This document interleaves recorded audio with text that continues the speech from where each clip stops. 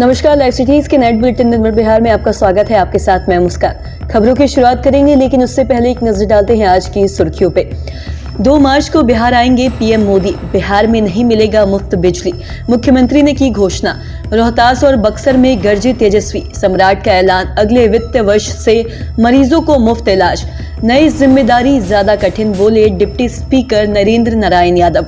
बिहार में नीतीश कुमार समेत एमएलसी की 11 सीटों पर 21 मार्च को चुनाव। नीतीश को मुख्यमंत्री मैंने बनाया, मांझी का दावा। तेजस्वी पर बरसे कुशवाहा, नीतीश का पैर धोकर पीना चाहिए। स्कूल टाइमिंग पर के पाठक का बड़ा बयान। मुजफ्फरपुर में बैंक लूट की कोशिश को गार्ड ने किया नाकाम। अब खबरें विस्तार से। बिहार में एनडीए की सरकार बनने के बाद प्रधानमंत्री नरेंद्र मोदी पहली बार बिहार आ रहे हैं। 2 मार्च को प्रधानमंत्री का बिहार दौरा है और पीएम मोदी का बिहार दौरा लोकसभा चुनाव के मद्देनजर बेहद महत्वपूर्ण माना जा रहा है। औरंगाबाद में सभा होगी और मुख्यमंत्री नीतीश कुमार भी उनके साथ जा सकते हैं। बिहार के डिप्टी सीएम सम्राट चौधरी ने बताया कि पीएम नरेंद्र मोदी जिस दिन बिहार आएंगे और उसी दिन वो वैसे लोगों को जिन्हें 5 किलो तक अनाज मिलता है, उन्हें 5 लाख तक निःशुल्क इलाज की व्यवस्था उसी दिन से शुरू हो जाएगी।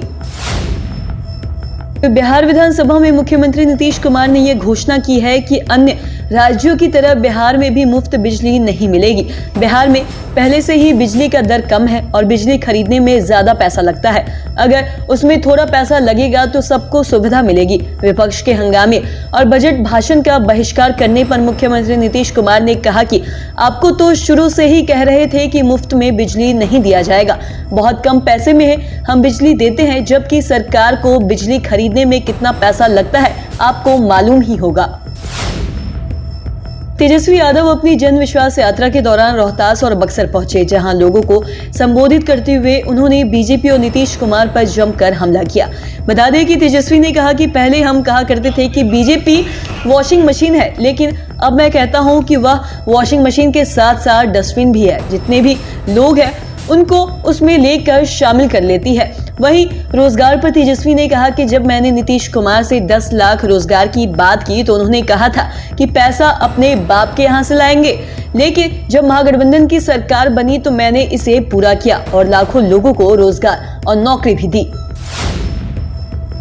बिहार के उप मुख्यमंत्री सह स्वास्थ्य मंत्री सम्राट चौधरी ने आईजीएमएस का औचक निरीक्षण किया। यहां उन्होंने कहा कि इमरजेंसी की लगातार दिक्कत आ रही थी और बेड की कमी के चलते शिकायत मिल रही थी। मात्र 95 बेड इमरजेंसी में है और इतना बड़ा इंफ्रास्ट्रक्चर है, इसके आधार पर इमरजेंसी में बेड को बढ़ाना होगा।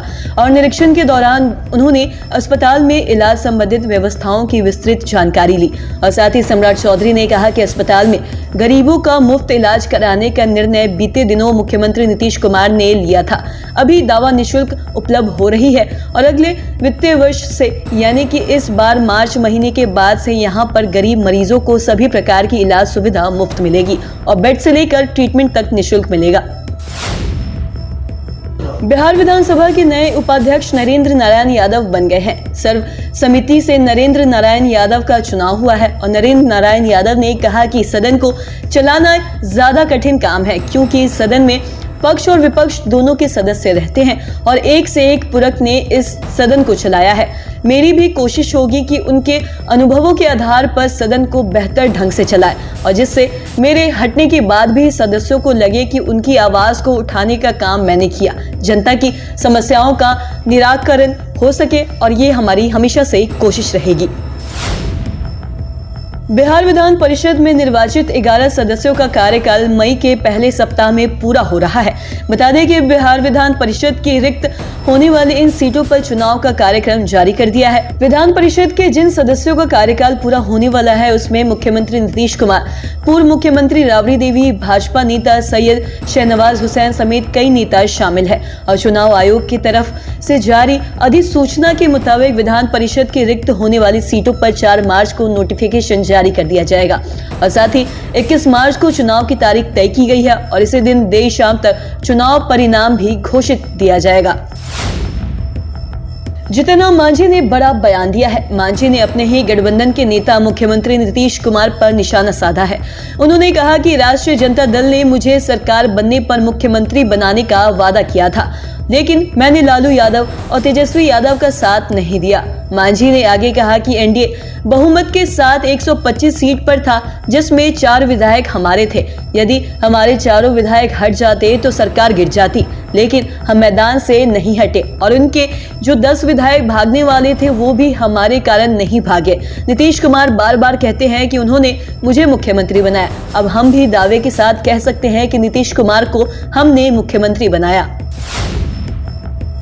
जहानाबाद पहुंचे राष्ट्रीय लोक मोर्चा के सुप्रीमो उपेंद्र कुशवाहा ने कहा कि तेजस्वी यादव को जनता ने इसलिए चुना था कि वह जनता की आवाज को सदन में उठाए, लेकिन वो सदन को छोड़कर यात्रा पर निकले हुए हैं और सब जगह जाकर मुख्यमंत्री नीतीश कुमार को कोस रहे हैं, जबकि दूसरा कोई होता तो नीतीश कुमार के पैर धोकर पीता, क्योंकि नीतीश कुमार के ही कोरामाइन पर राजद के लोग आज जिंदा हो गए हैं। नहीं तो राजद का आज कहीं अता पता नहीं रहता, क्योंकि 2015 में नीतीश कुमार ने राजद को कोरामाइन दिया था। आज नीतीश कुमार के कोरामाइन के कारण ही राजद के लोग उड़ रहे हैं। और उपेंद्र कुशवाहा इतने ही नहीं रुके, उन्होंने कांग्रेस के युवराज राहुल गांधी पर भी कटाक्ष करते हुए कहा कि जो आज सामाजिक न्याय के ढिंढोरे पीट रहे हैं, उन्हीं से पूछिए कि कितने वर्षों केंद्र की सत्ता का आनंद उठाया था। उस समय उनका सामाजिक न्याय नजर नहीं आ रहा था। शिक्षा विभाग के अपर मुख्य सचिव के पाठक कटिहार जिले के कई विद्यालयों का निरीक्षण किया। इस दौरान उन्होंने शिक्षकों को आवश्यक दिशा निर्देश भी दिया।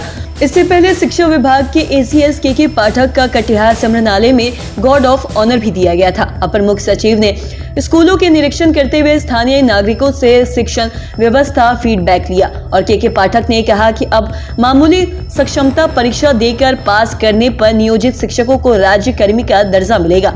उन्होंने कहा कि सरकार ने तो फैसला कर ही लिया है, अब तो 10 से 4 तक स्कूल होंगे, लेकिन आप लोग थोड़ा पहले आइए और बाद में जाइए। जो कमजोर बच्चे हैं उस पर जरूर से ध्यान दें।